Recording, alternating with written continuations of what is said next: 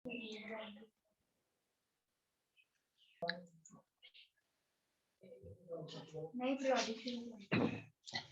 मैं आपको एक बड़ा ही अच्छा सा एक टॉपिक कराऊंगा अभी। हाँ वो तो हो गया, उसके 3 लॉस थे। हमने क्या क्या देख लिया? All the planets move in the elliptical path and equal area in equal interval of time, that is the ideal velocity is same and the value is L upon 2m. What is the ideal velocity? L upon 2m. Yes, where m is the mass of the orbiting body, whatever the moon, sun जो भी होगी, L is the angular momentum about the sun या जो भी उसका focus पे होंगी जो भी, okay, और square of the time period is proportional to the cube of the semi major axis. Semi major axis, okay.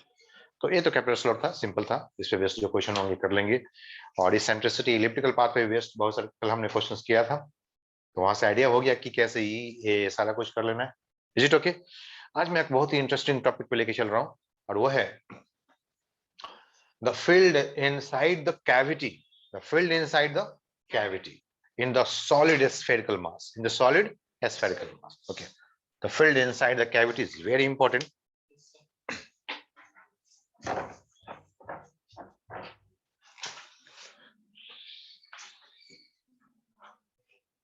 Field inside topic कर रहे हैं, फिर मैं आपसे आपका व्यूज भी लूंगा इसके बारे में। तो field inside the cavity,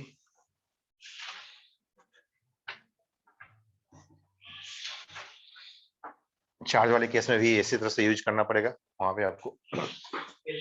field inside the cavity in the solid spherical mass. Okay,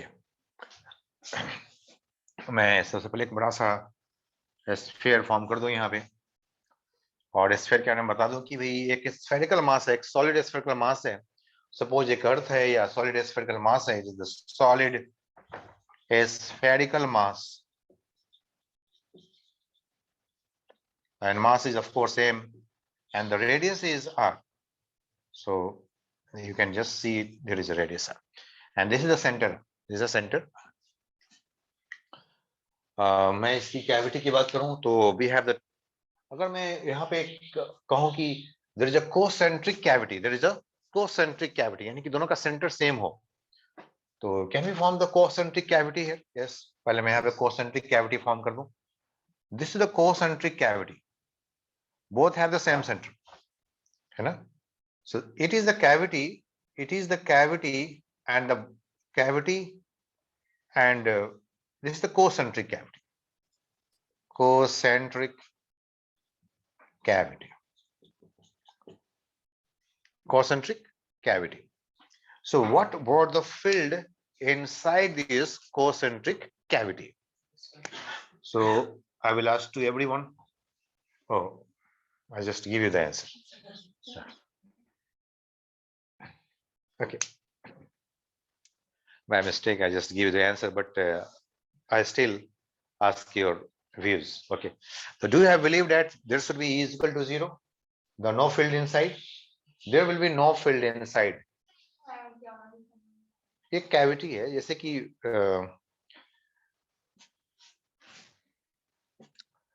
भाई सपोज एक अर्थ है और अर्थ के अंदर में हमने एक concentric कैविटी बना दिया।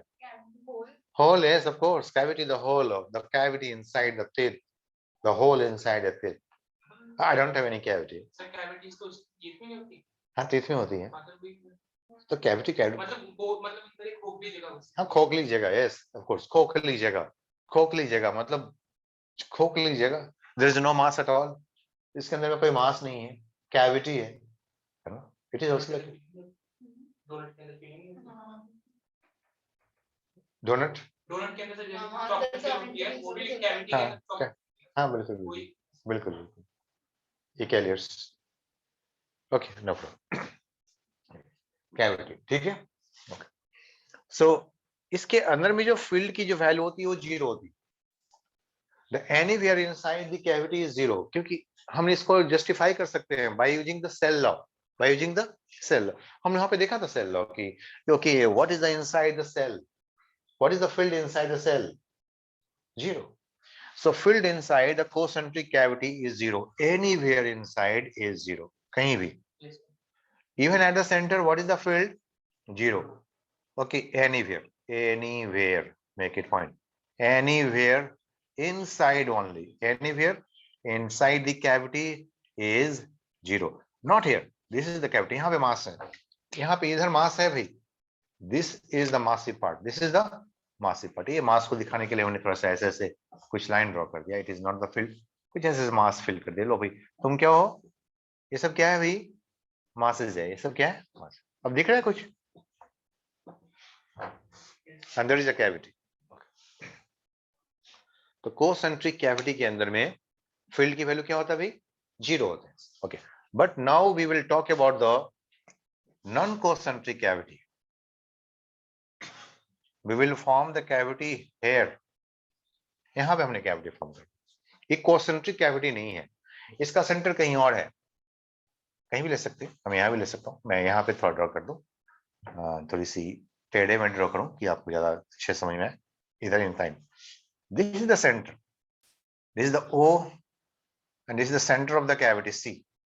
Center of the cavity C. दोनों के बीच का कुछ डिस्टेंस होंगे, जो भी हो बाद में हम देख लेंगे उसको. बट पहले मैं आपसे इसका रिजल्ट, आपका व्यूज देख लूं. तो बोलिए views. Yes. What about the field inside this cavity? This is the cavity again. यहाँ भी cavity है भाई. यहाँ भी cavity है. This is non-concentric cavity. What is this? Non-concentric cavity. Cavity non-concentric. Non-concentric. Non-concentric cavity. So we can say the field is not equal to zero. The field is not equal to zero. अगर मैंने कहा कि यहाँ पे field की value zero है, तो क्या इस कैविटी के अंदर में field की वैल्यू जीरो होगा? नो, इस कैविटी के अंदर field की वैल्यू जीरो नहीं है. लेकिन आपके माइंड में इसके पहले क्या चल रहा था? थोड़ा भी चला था कि इसके अंदर भी जीरो होना चाहिए. चल रहा, क्योंकि यहाँ पे होल ही है. ओके. तो आपके माइंड में ऐसा चल रहा था कि यहाँ पे इसके अंदर में field की वैल्यू क्या है? जीरो है. लेकिन भाई जीरो नहीं है. क्या नहीं है? फील्ड जीरो नहीं है. फील्ड जीरो नहीं है. तो अब बात है कि फील्ड कितने हैं और किधर है. What is the direction and what's the magnitude of the field. Okay, अभी पता चल जाएगा. जब ड्राइव कर लेंगे इसके फील्ड तो पता चल जाएगा. okay. हाँ, क्यों नहीं है वो तो समझ में आ रहा है. क्योंकि ये नॉन कॉन्सेंट्रिक, यहाँ पे जीरो इसलिए हो जाता है कि चारों तरफ से एक जैसे सिमेट्रिकल बॉडी होते हैं. तो सबकी वजह से जो फील्ड यहाँ पे होंगे, इसकी वजह से, इसकी वजह से, इसकी वजह से, इसकी वजह से, सब क्या कर रहा है भाई?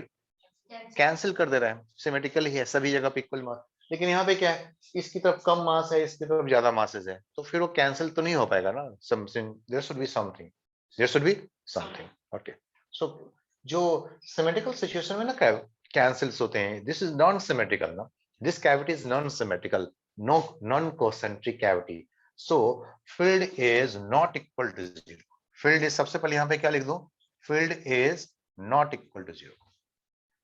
Field is not equal to zero. और मैं अब आपको बताऊंगा कि फील्ड किधर होंगे. और जब मैं बताऊंगा कि फील्ड किधर होंगे, तब भी आपको थोड़ी आश्चर्य होगा कि ऐसा कैसे हो गया. नहीं तो देखेंगे. एग्री? बोलिए. क्लियर है भाई? चाहत, हर्षिका, ओके भाई. ओके.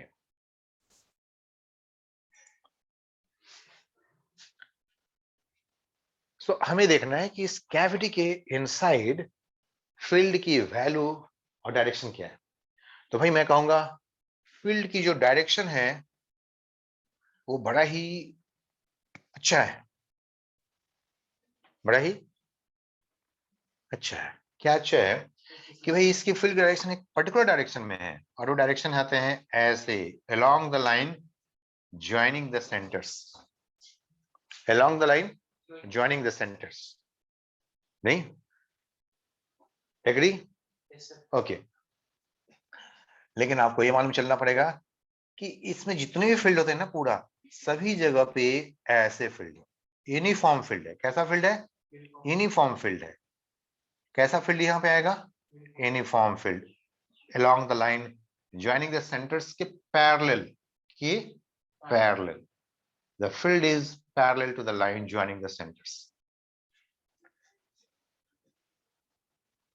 Uniform field, कैसा field है इसमें? Uniform.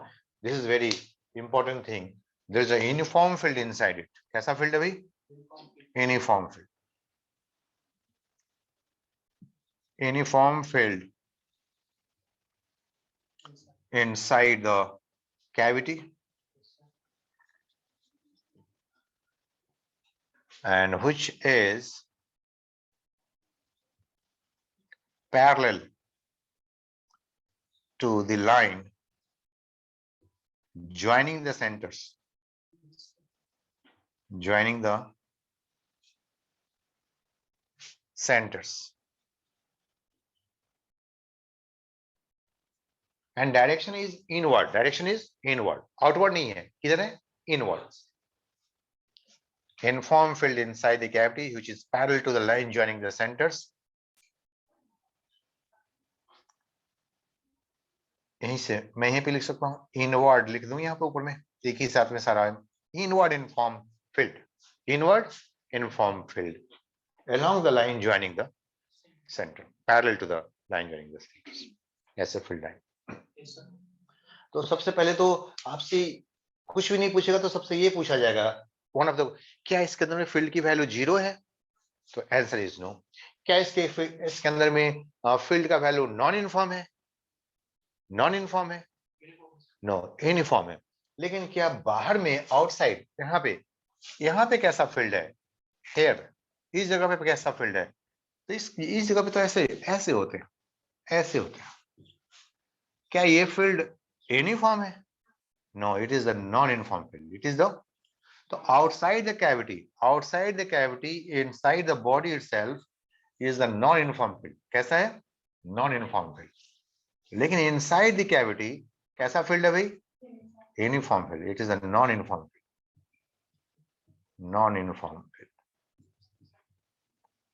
तो पहले तो इफेक्ट समझना है और फिर हमें ये भी डेरिवेशन कर लेंगे कि फील्ड यूनिफॉर्म क्यों है, कैसे हो जाते हैं, और इसकी मैग्नीट्यूड क्या है, ये डेरिवेशन हम लेकर के आएंगे। क्लियर है? तो पहले इतना गेट नोट कर लें इसको अच्छे तरीके से। Okay, that's better.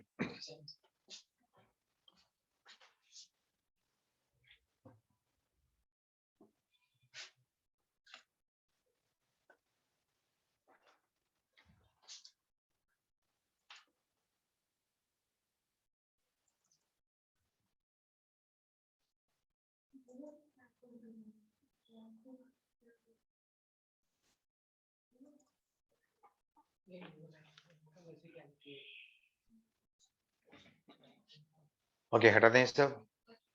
Let's see, ठीक है? ओके, अब आपने डायग्राम फॉर्म कर लिया। अब आपने एक अनदर डायग्राम फॉर्म करना है। मैंने इसको रब कर देना है कि मुझे प्रूफ करना है कि ये जो मैंने लाइन बनाया था ये परफेक्ट है और ऐसा ही होने वाला है। ठीक है?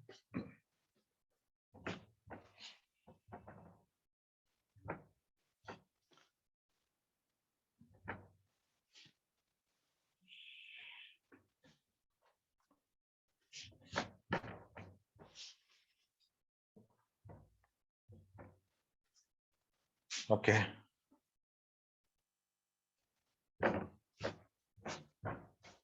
आ जाए। It is the cavity having here center. This is the center of the complete sphere. और दोनों सेंटर से सेंटर की बीच की जो डिस्टेंस है, देयर शुड बी समथिंग, ये कुछ है। Suppose this distance is a। क्या है? The center to center distance is a। The radius of the full sphere is r, and there should be some radius of this one। cavity का भी कुछ radius होना चाहिए भाई। तो this could be the smaller, this could be the smaller। Cavity के radius को हमने स्मॉलर ले लेते हैं। सेंटर टू सेंटर डिस्टेंस ओसी की जो डायरेक्ट सी है वैल्यू है वो ए ले लिया।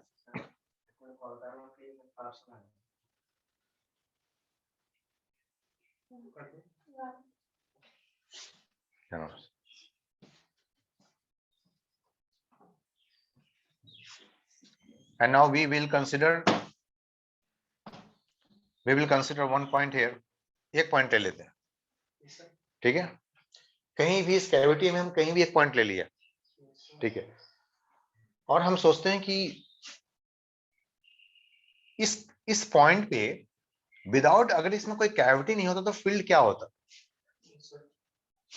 अगर इसके डिस्टेंस x होता तो ऐसा हमने निकाला है ना, x distance away from it, जैसे कि यहाँ पे ये जो पॉइंट है x डिस्टेंस है ना, then what is the field at this point?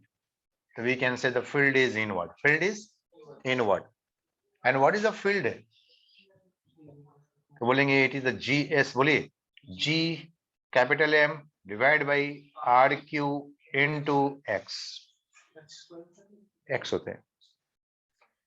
Is it okay? The field inside, कहाँ पे मिल रहा है? Field inside, inside the body, inside the body. Yes, sir. ठीक है? ओके.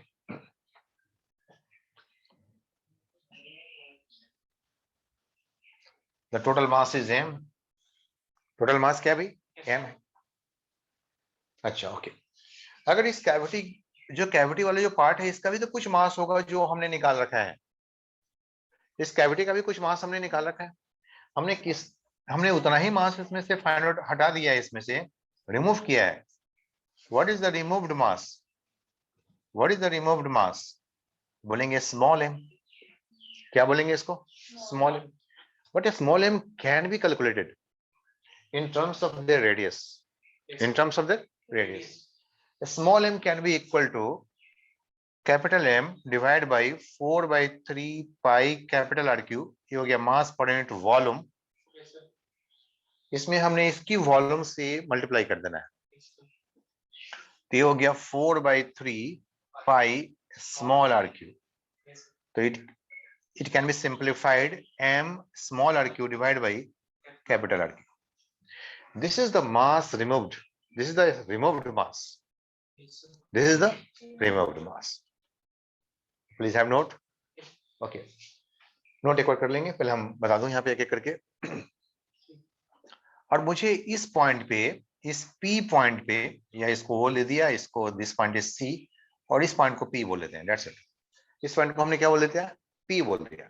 मुझे P पॉइंट पे नेट फील्ड चाहिए. P is any arbitrary point, कहीं भी है भाई, इसके अंदर में कहीं भी पॉइंट P है, और मुझे इस पे फील्ड की वैल्यू चाहिए. तो मैं इधर स्पेस पहले फॉर्म कर लूं, और मैं लिखूंगा. अच्छा, ये जो रिमूव्ड मास है, अगर ऐसा ही एक छोटा सा मास होता, पहले मैं यहाँ पे लिख लें ऐसे, the E net at P can be equal to E net at P. ये निकालना है. तो कैसे निकालेंगे भाई? तो अगर कोई कैविटी नहीं होता तो यहाँ पे जो फील्ड की वैल्यू होते, जो यहाँ पे फील्ड होते, उसमें से हमें माइनस करना पड़ता उस फील्ड की वजह से जो इस पॉइंट पे होते, उस कैविटी वाले मास की वजह से. क्योंकि कैविटी वाला, इस कैविटी वाले मास को बोलेंगे नेगेटिव मास. क्या बोल देंगे इसको? Negative mass. Got it? इसको क्या बोल देंगे? नेगेटिव मास. मतलब ये कैसा है, मास को रिमूव कर दिया गया. अगर हमने यहाँ पे जो, अगर कैविटी नहीं होता तो यहाँ पे कुछ ना कुछ फील्ड होते, जो इतना होते, किधर होता, किधर होता, तो ऐसे होते, इसी डायरेक्शन में होते. ये वैल्यू, यही वैल्यू आता है यहाँ पे. और अगर ये पूरा फुल पार्ट नहीं होता, ये सिर्फ एक कैविटी होता, सिर्फ ये वाली मास होता, तो इसकी वजह से भी फील्ड होता है यहाँ पे, जो कुछ, जो कि इधर की तरफ होते, जो कि इधर की तरफ होते, नहीं होते. Okay, that's it. तो मैं कहूंगा कि भाई इसकी वजह से फील्ड इस तरफ है. ये यहाँ पे जो फील्ड है ना, ये कैविटी वाले के इनसाइड में. This is the field inside the cavity, due to the cavity only, due to the cavity only. And this is the field. इसको नाम बोल लेते हैं E2 बोल लेता हूँ. क्या बोलता हूँ इसको? और इसको बोल लेता हूँ E1.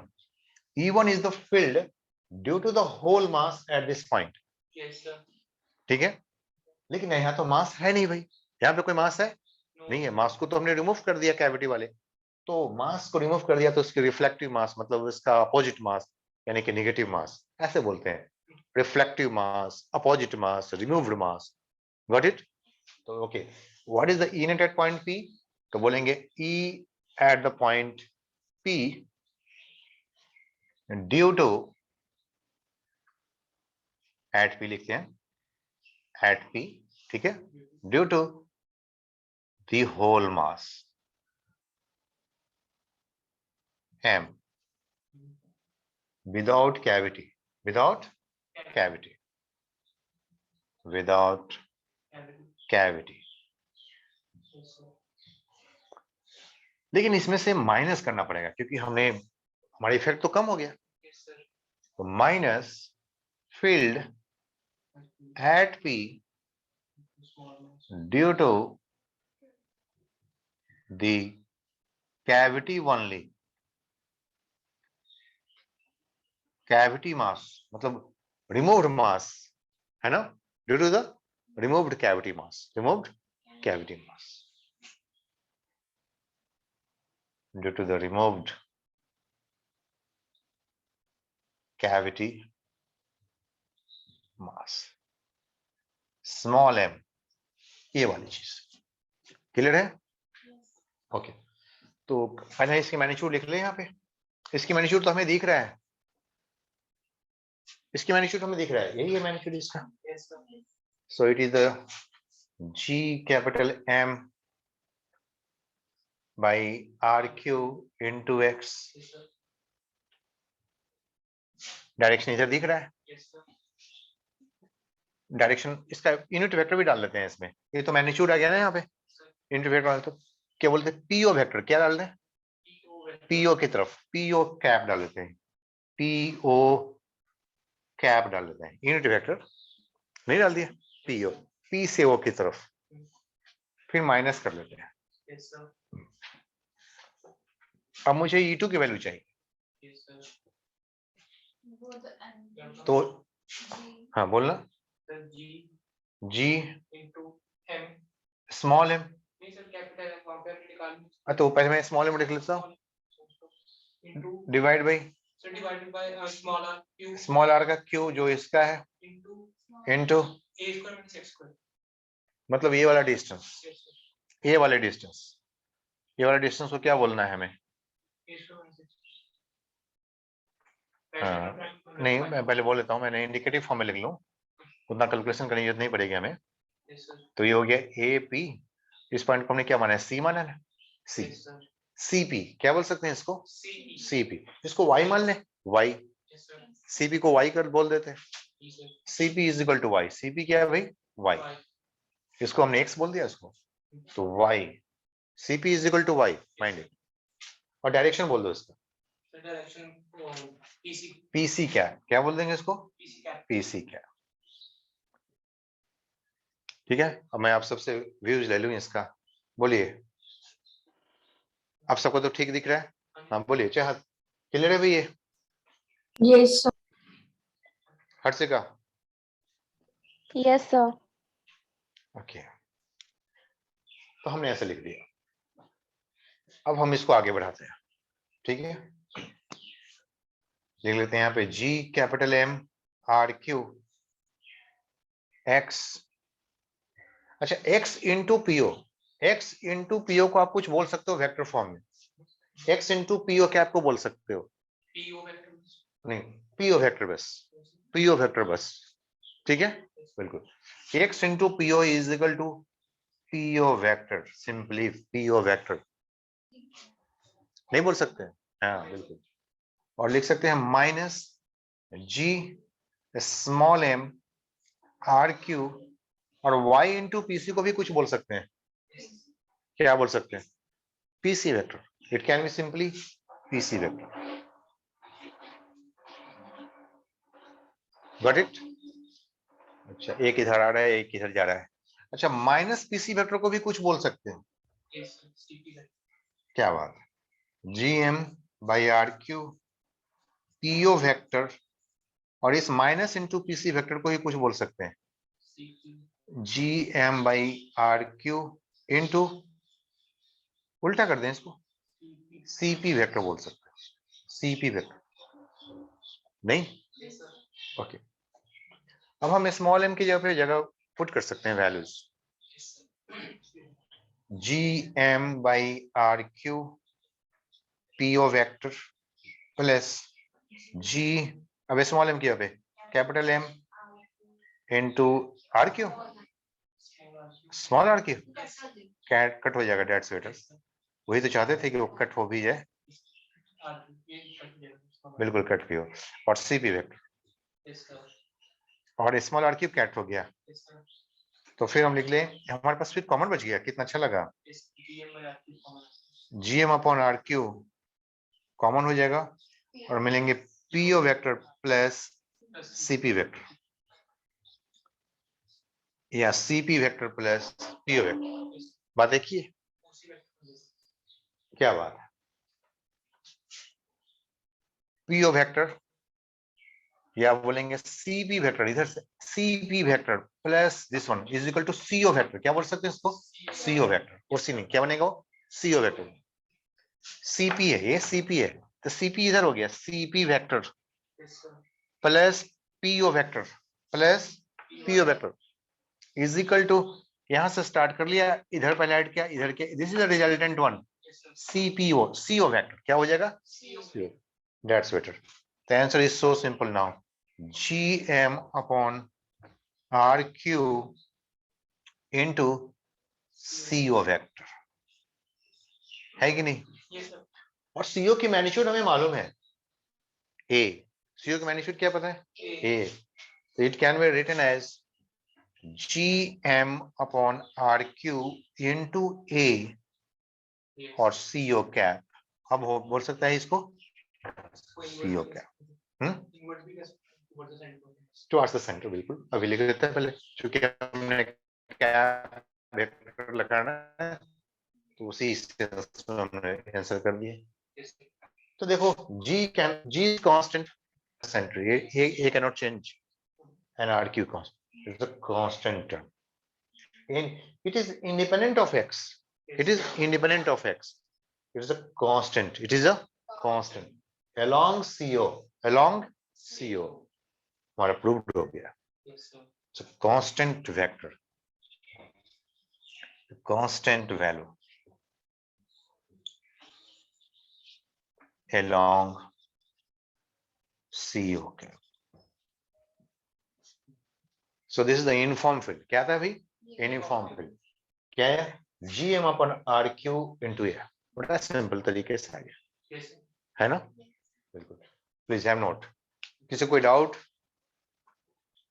एनी डाउट, चाहत हर्षिका, Clear. That's better. ये अभी से हम डिस्कस कर लेते हैं। तो हमने क्या देखा कि ये जो ए है वो इंडिपेंडेंट ऑफ एक्स, अगर यहाँ पे कुछ भी एक्स वाला टर्म आ जाता ना, तो हम बोलते कि अच्छा ये तो एक्स डिपेंडेंट है भाई, मतलब यहाँ पे कुछ अलग होगा, यहाँ पे x1 होगा, यहाँ पे x2 होगा, यहाँ पे x3 होगा, अलग अलग जगहों पे। मैं कहता कि अगर यहाँ पे कोई एक जगह पे x वाला टर्म आ जाता है, सपोज करो कि यहाँ पे कोई, क्योंकि ये पॉइंट क्या है, यहाँ से x है, तो ये वाला डिस्टेंस क्या हो जाता, कुछ अलग x1, ये वाला डिस्टेंस क्या हो जाएंगे x2, एक डिस्टेंस क्या हो जाएंगे x3, नहीं, तो हम बोलेंगे कि अच्छा x डिपेंडेंट नहीं है। अगर x डिपेंडेंट हो तो हर जगह पे अलग अलग फील्ड आते हैं।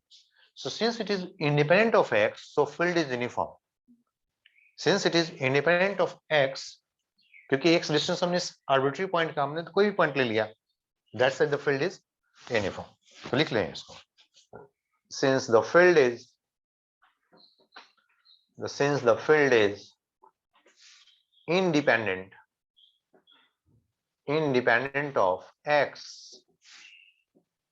hence uniform field, hence uniform field।